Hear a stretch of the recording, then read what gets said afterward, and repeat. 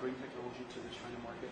It's in the best interest of both countries, and I hope that policymakers will ultimately come to that conclusion. Will you consider working with Korean companies to manufacture your latest GPUs, and under what circumstances? And are you planning to visit Taiwan for TSMC Sports Day? The sports day? Yeah. When's the sports day? Next week. Really? So you don't know?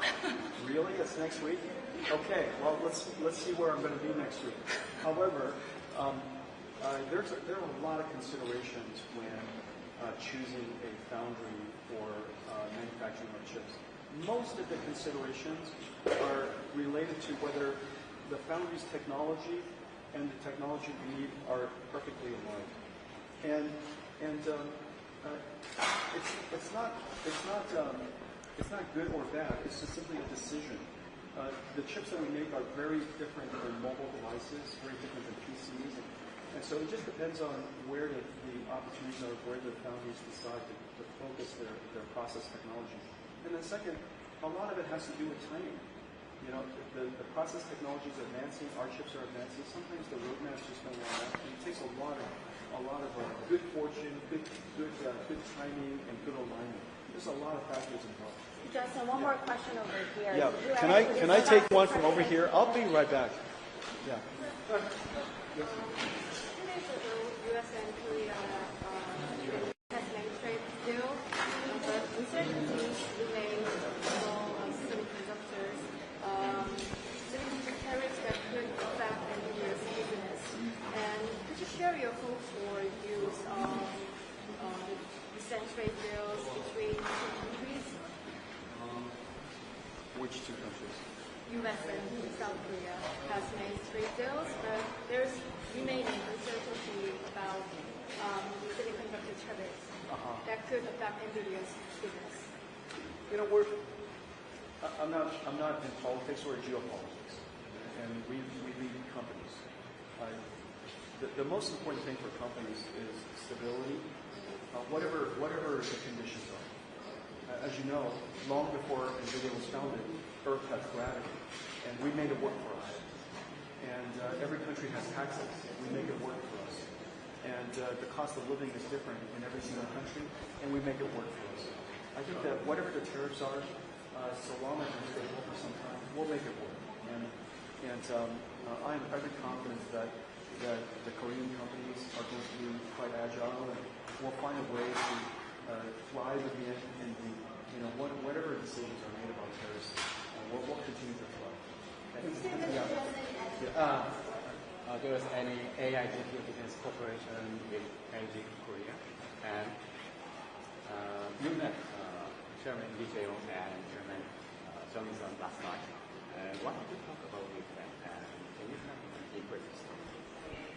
Last night, it was supposed to be Jay, Isan, and Tony and I having fried chicken.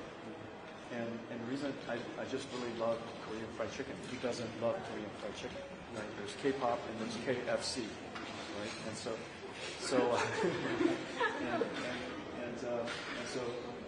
last night was the first night I've been back for many years. And so I was hoping that the four of us would go out. But Tony had a job here because he's very busy. He's the chairman of APEC, and so he could not join us last night.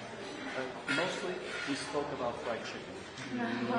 Yeah, and then we spoke about, they introduced me to Shomei. And How many did you do? I had quite a few. That's why I'm a little slow today. But we did that, and we spoke to the other guests, and we spoke to a lot of people who were outside, and we spoke to the restaurant owner, and that's what we spoke about. I thought you were closer to Samsung because Tony wasn't there. No. All of us were hoping Tony. Nvidia's market cap just surpassed $5 trillion recently. What do you think is mainly driving the milestone, and do you see it as sustainable? Nvidia, first of all, I'm grateful that the company is valued so much. But the reason for that is because we invented a new computing approach that is the future of computing. And as you know, computing and computers is the single most important instrument of humanity. It is important to all the people, it's important to every single industry, it's important to every single nation. And the fact that we reinvented computers for the first time in 60 years is quite an extraordinary thing. And so that is driving fundamentally our growth.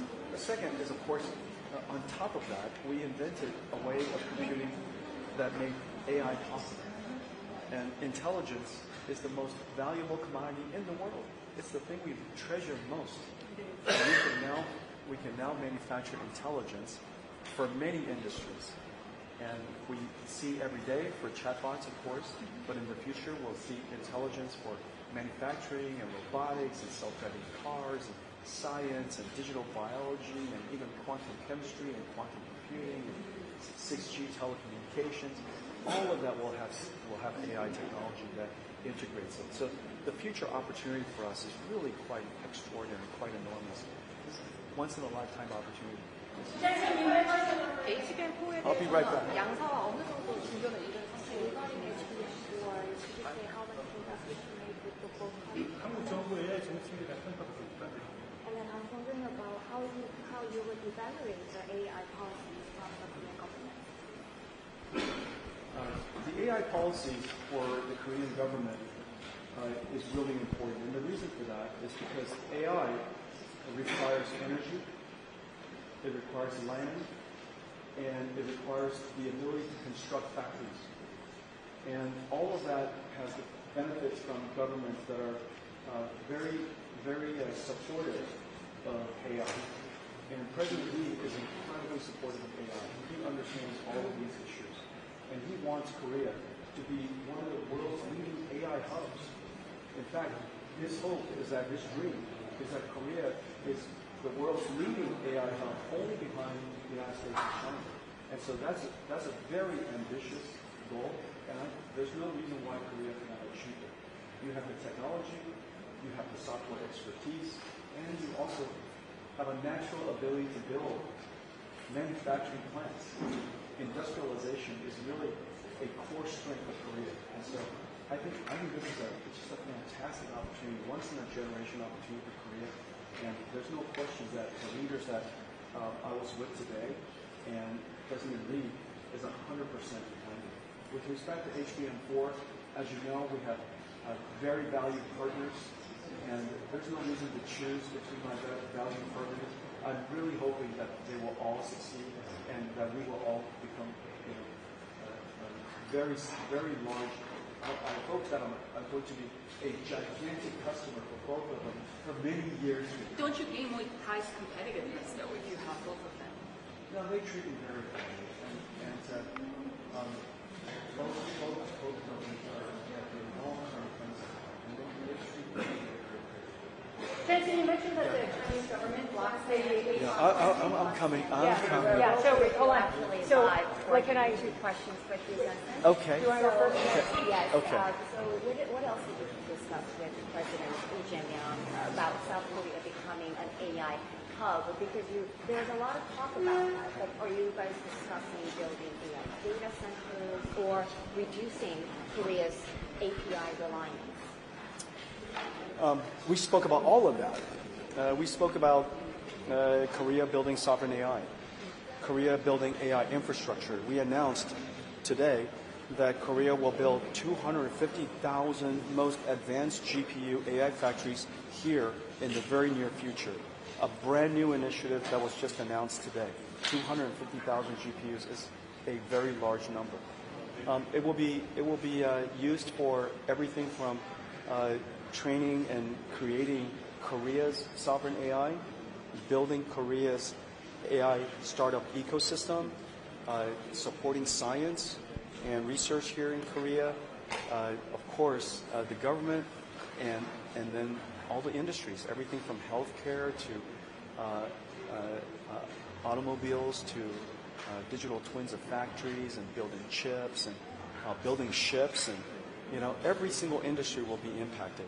And so that was the second. And of course, you saw the big partnerships that I announced with Samsung and SK and Hyundai and Naver, and not to mention, Korean government is one of the first governments, literally the first government, to invest in 50,000 GPUs for the Korean government. And so that's a very big initiative. I'm really honored to be part of building AI for Korea.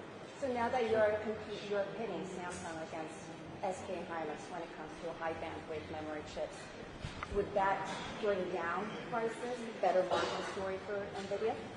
We're going to be growing so fast. It's really rare that a company as large as Nvidia grows at such incredible rates and scale. And so the opportunity for all of us is really quite significant. It's going to take the partnership of all of the makers of HBM4 really to support our growth. And so I'm grateful for everything that they've done to build the capacity necessary for our growth. They're both going to do incredibly well. You mentioned that the Chinese government. I'm going to take one more, right? Yes. And then I'm going to. Is that okay? It's okay. President Trump was actually looking for you when he's speaking right here. Did you talk to President Trump this week about your Korea agenda, expressing your perhaps a disappointment over what you didn't get from the U.S. and China bilateral? I tried to get to Korea as fast as I could, but I happened to be in Washington, D.C. doing a major event, our largest conference in Washington, D.C. And so as fast as I could get to Korea to support him, unfortunately, he was already finished. And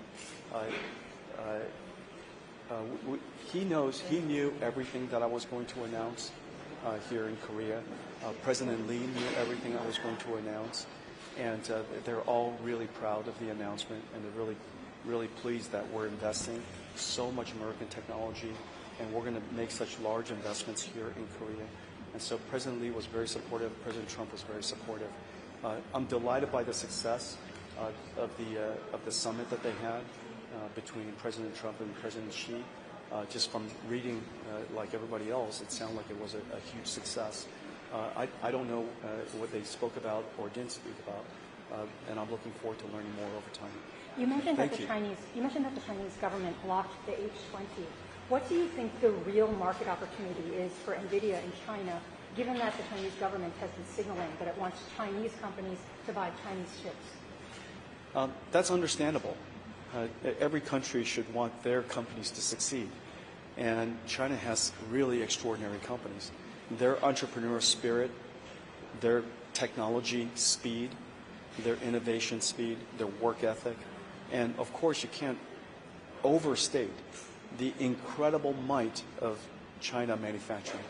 And so I think the Chinese companies are formidable, and they have every right to be formidable.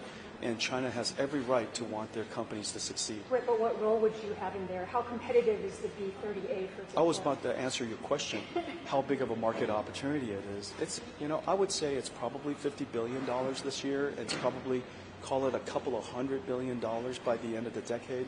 China is the world's second largest computer market.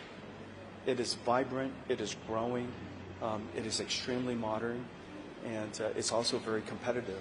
And how competitive is B30A, though? If we want to succeed in China, we just have to be extraordinarily competitive.